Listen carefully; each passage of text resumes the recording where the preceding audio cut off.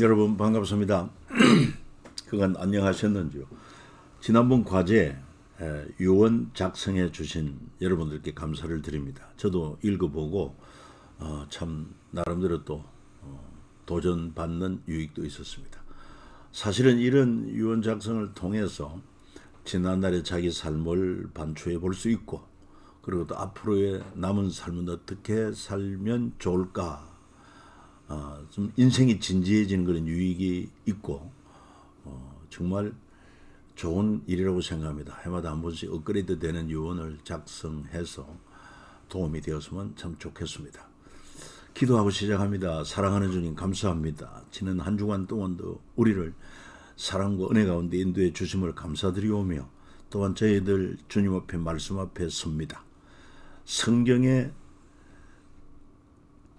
기록자이신 성령께서 감동해 주시고 깨닫게 하시고 확신케 하시고 순종케 주시되, 특별히 우리 자녀들에게도 우리 신앙을 모범적으로 하나님 보이며 가르쳐서 신앙의 아름다운 개성을 이루어 나아가는 우리 모두가 되게 도와 주시옵소서. 주님 함께 주시기를 원하고, 이 부족한 종도 붙들어 주셔서 하나님 걸어가게 사용해 주옵소서. 구주 예수님의 존귀한 이름으로 기도드리옵나이다. 아멘. 자, 그러면 우리가 지금 이제 통성경 학교를 하면서 통성경 길라잡이 과정을 하고 있는데, 항상 이 도표는 잘 기억하십시오. 이게 기독교를 상징하는 물고기, 초대교회 기독교 상징은 물고기였습니다. 물고기가 헬라어로 뭐라고 했습니까? 익투스. 그 글자 한자 한자 이니셜을 따서 예수 그리스도는 하나님의 아들이 우리의 구원자이시다 하는 그런 내용을 담고 있습니다. 그래서 기독교 상징하는 물고기 위에 구약의 세 트랙과 중간산 트랙, 그리고 신약의 세 트랙, 총 7트랙과 그리고 20마당, 그리고 52가로 구성되어 있다고 하는 것입니다. 성경은 제사장 나라, 하나님 나라 이 얘기다. 자, 이제 우리가 6과 그루간 시민학교 교과서 레이기를 공부하게 되겠습니다. 레이기 하면 여러분 쉬워요, 어려워요? 태산줄령이지요. 험산줄령이라고도 합니다. 그러나 알고 보면은 레이기야말로 하나님의 언약의 핵심이고, 또 정말 우리를 사랑하는 하나님의 사랑의 언약이다. 특별히 이제 우리가 살펴볼 것 7가지 주제, 5가지 제사를 3가지 방법으로, 제사장 위임식과 첫 제사, 나답과 아비후 사건, 거룩하고 정결한 삶을 위한 규례들, 속죄일, 제사장의 자기 반성, 거룩은 사랑, 이스라엘의 절기 문화와 2가지 미래를 살펴보도록 하겠습니다. 시간, 공간, 주요 인물 눈으로 익히시면 좋겠습니다. 흔히 레이기는 그냥 넘어갈까? 왜 그렇습니까? 좀 복잡한 것 같습니다. 굉장히 어렵기도 합니다. 그렇지만 생각을 바꿉시다. 같이 읽어봐요. 레이기는 거룩한 시민학교의 교과서이다. 레이기는 하나님께서 나를 향한 러브레터이다. 가슴 설레는 거 아니겠습니까? 레이기는 한마디로 제사장 나라 교과서다. 오죽했으면 유대인들은 어린 자녀들에게 레이기를 가장 먼저 가르쳤다고 합니다. 왜냐하면 레이기는 언약의 중심이 되기 때문이라고 볼 수가 있습니다. 자, 거룩한 시민학교 레이기 수업 교실입니다. 시간은 성막 세운 후 시내산 하산까지 약 50일간 특별 수업입니다. 장소 시내산, 학생들의 요금 노예 생활에서 해방된 이스라엘 백성, 목표는 거룩한 시민 양성.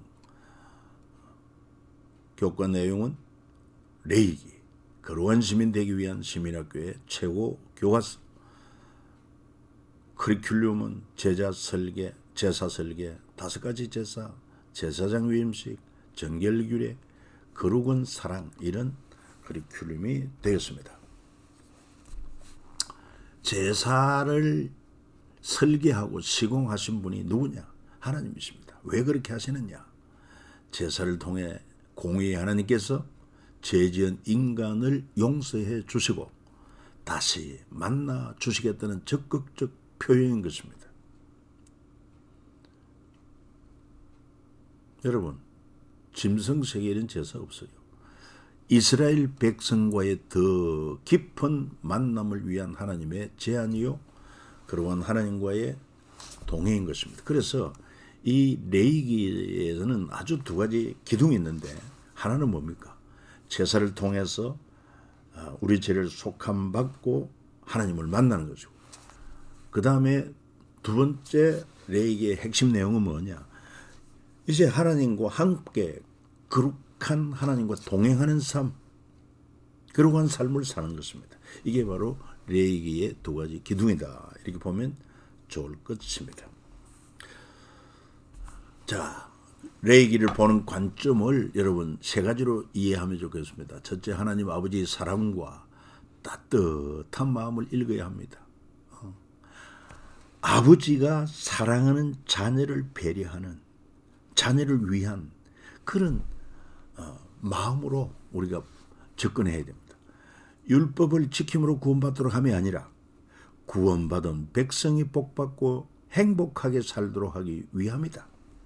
세 번째는 400년간 애굽의 문화와 노예된 백성들을 거룩한 선민으로 택하고 제사장 날에 합당한 거룩한 시민으로 훈련시키기 위하여 기록해준 내용이 바로 레위기다.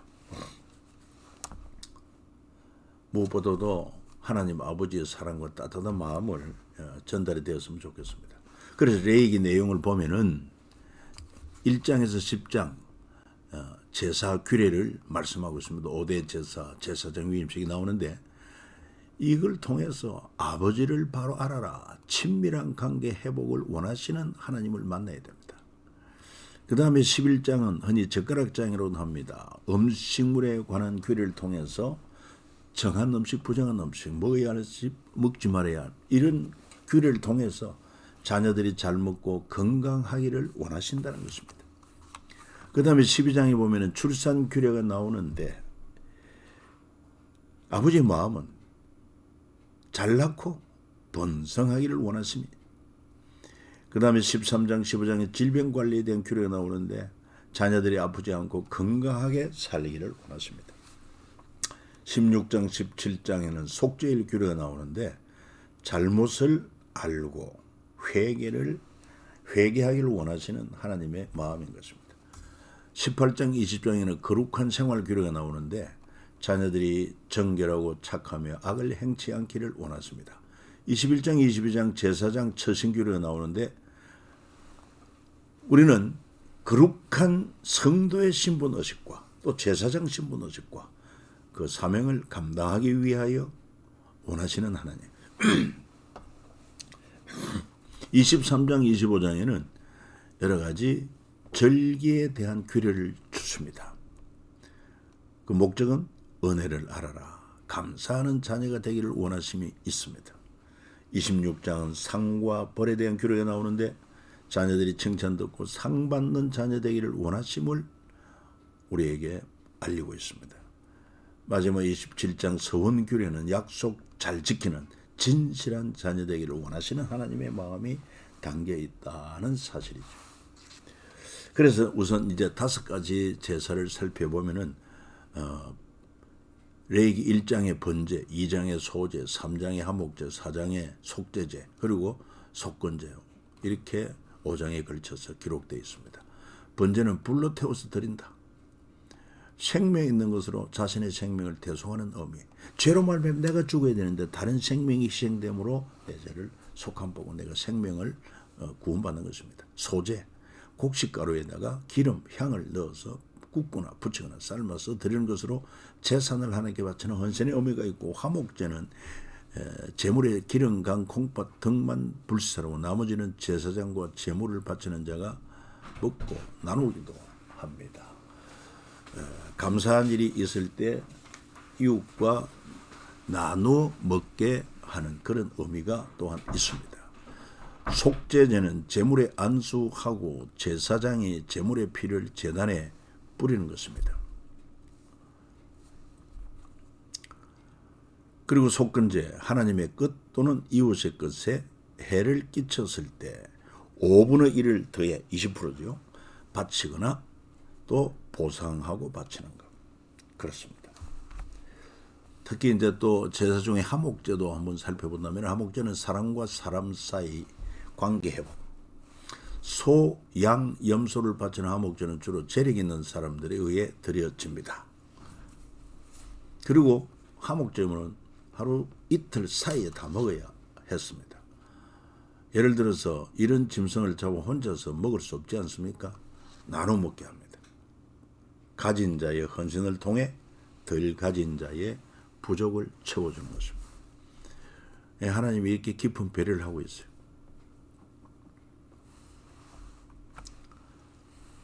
또 속죄 제물에 대해서도 하나님은 우리를 배려하셔가지고 힘의 분량대로 제물을 드리게 하십니다. 뭐 어린 양, 염소를 드리는데 힘이 미치지 못한다면 산비둘기나 집비둘기 2마리, 이것도 힘이 붙인다면 고운 가루 10분의 1 에바를 이렇게 제물로 바치게 했습니다. 공평하신 하나님, 우리 형편과 처지를 아시는 하나님. 그래서 내게 있는 것으로 최선을 다하면 하나님 기뻐 받아주십니다. 그 다음에 제사장 위임식과 첫 제사. 제사장 위임은 아론과 그의 아들들에게만 하는 것입니다. 그래서 첫 제사장을 아론으로, 대제사장, 그의 아들들 또한 제사장으로 위임을 했습니다.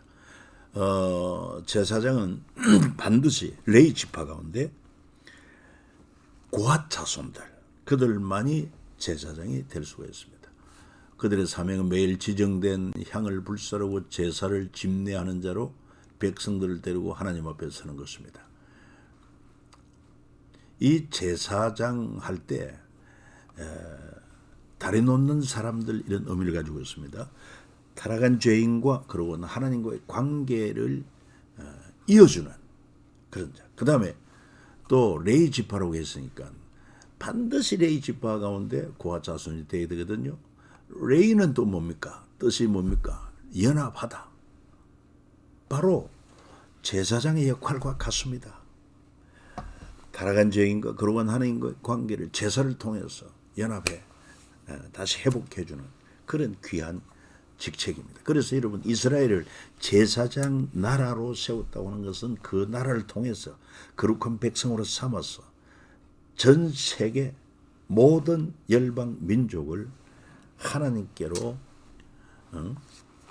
이끌어내는, 하나님과의 관계를 회복케 하는 이 사명을 부여한 나라, 제사장 나라라고 하는 것입니다. 어떻게 보면 제사장 복이 굉장히 화려합니다. 대제사장.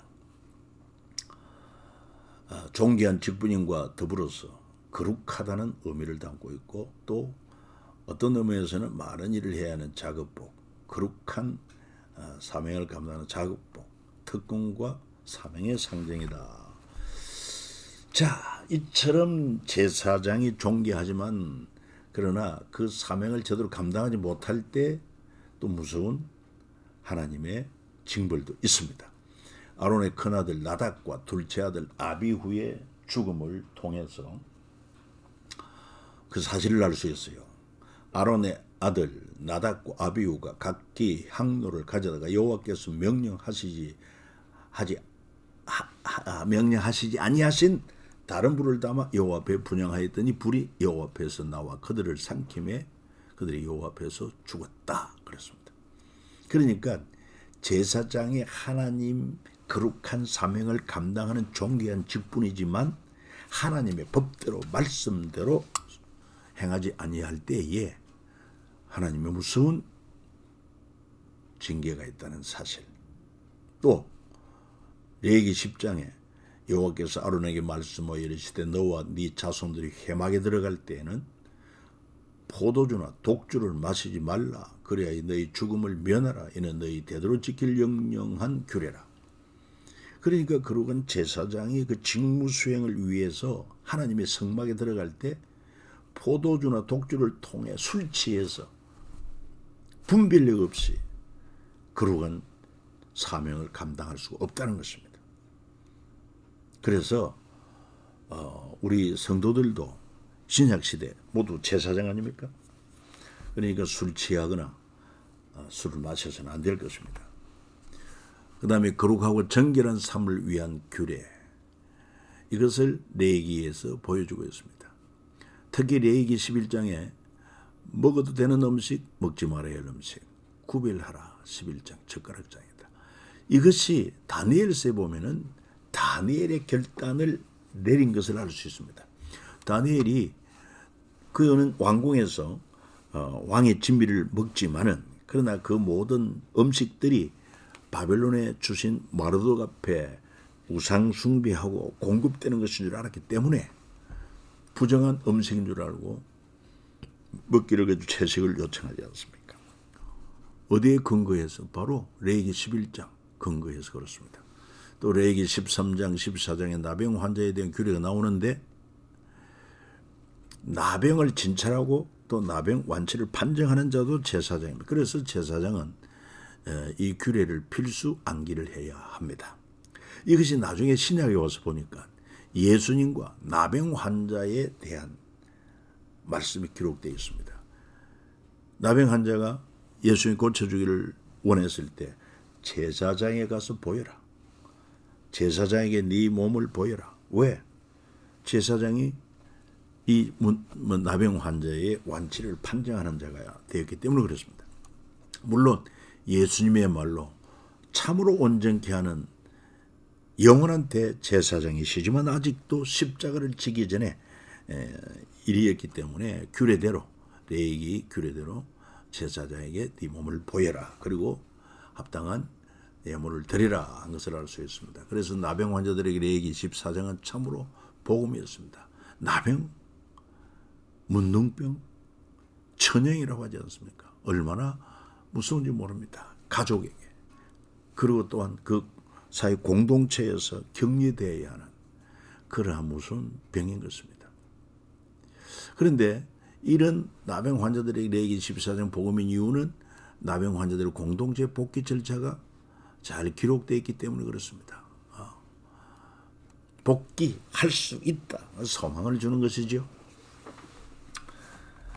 자, 그리고 예수님과 나병 환자도 마찬가지입니다.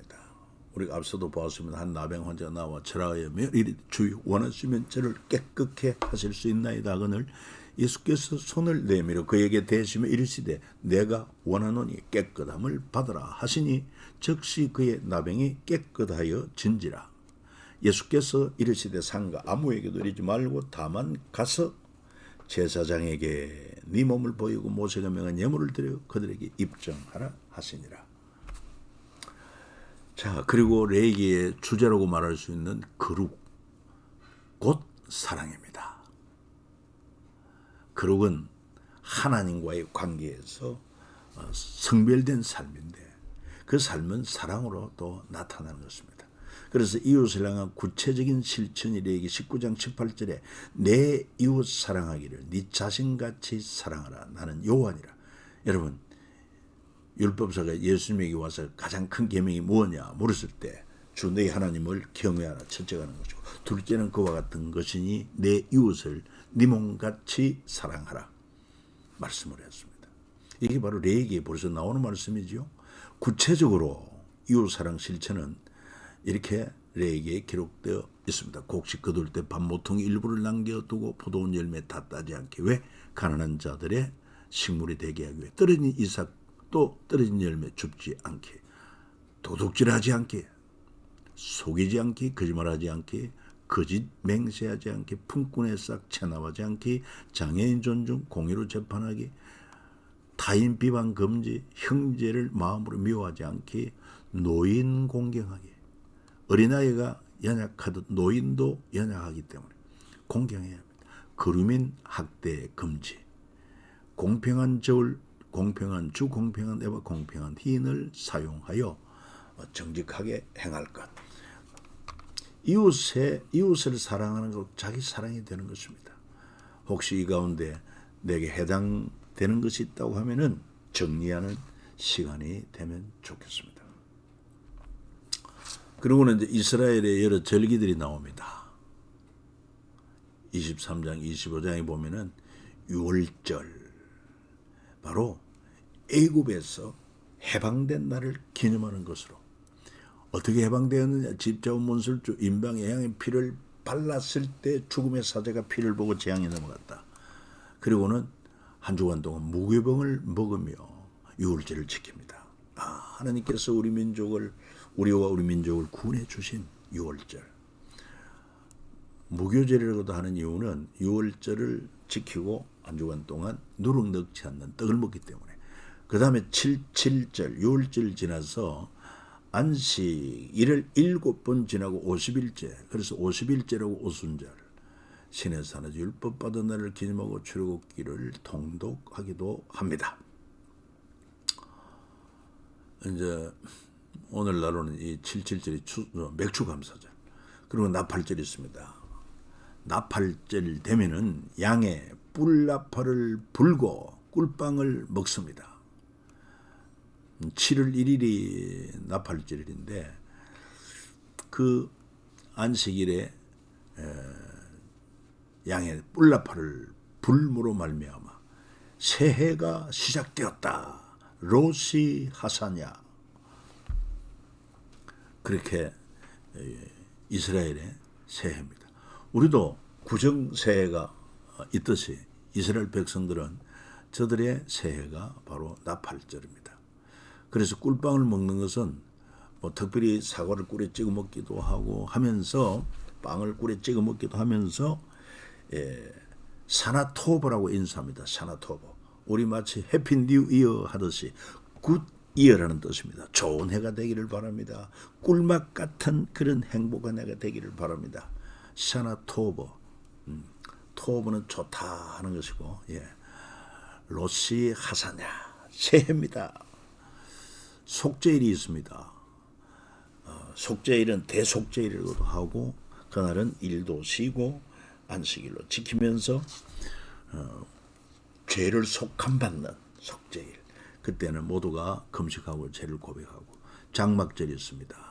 초막절이라고도 하고 오늘날 와서는 추수감사절로 바뀌었는데 이스라엘 백성들이 광야 40년 생활을 쭉 하면서 종려나무, 부더나무 장막을 치고 그 안에 한 주간 거하면서 기념합니다. 불임절, 이때는 에서들을 읽고 선물 주고받고 하는 사람들을 구제합니다. 불임절은 뭐 한참 후에 생긴 것이지만 지금 현재 유대인들은 이렇게 그 불임절에 되면 에서더서를 읽습니다. 자, 이제 마지막으로 우리가 참고적으로 출애굽 세대, 만나 세대 앞으로 많이 얘기하는데 출애굽 세대는 뭐냐, 만나 세대는 뭐냐.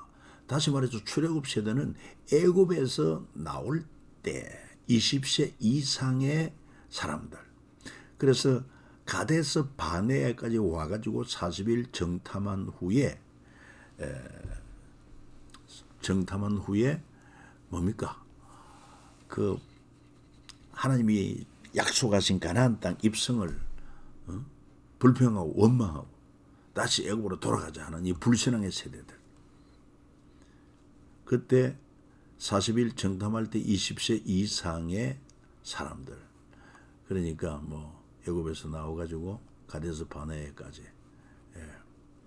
이런 자를 출애굽 세대 60만 3,550명.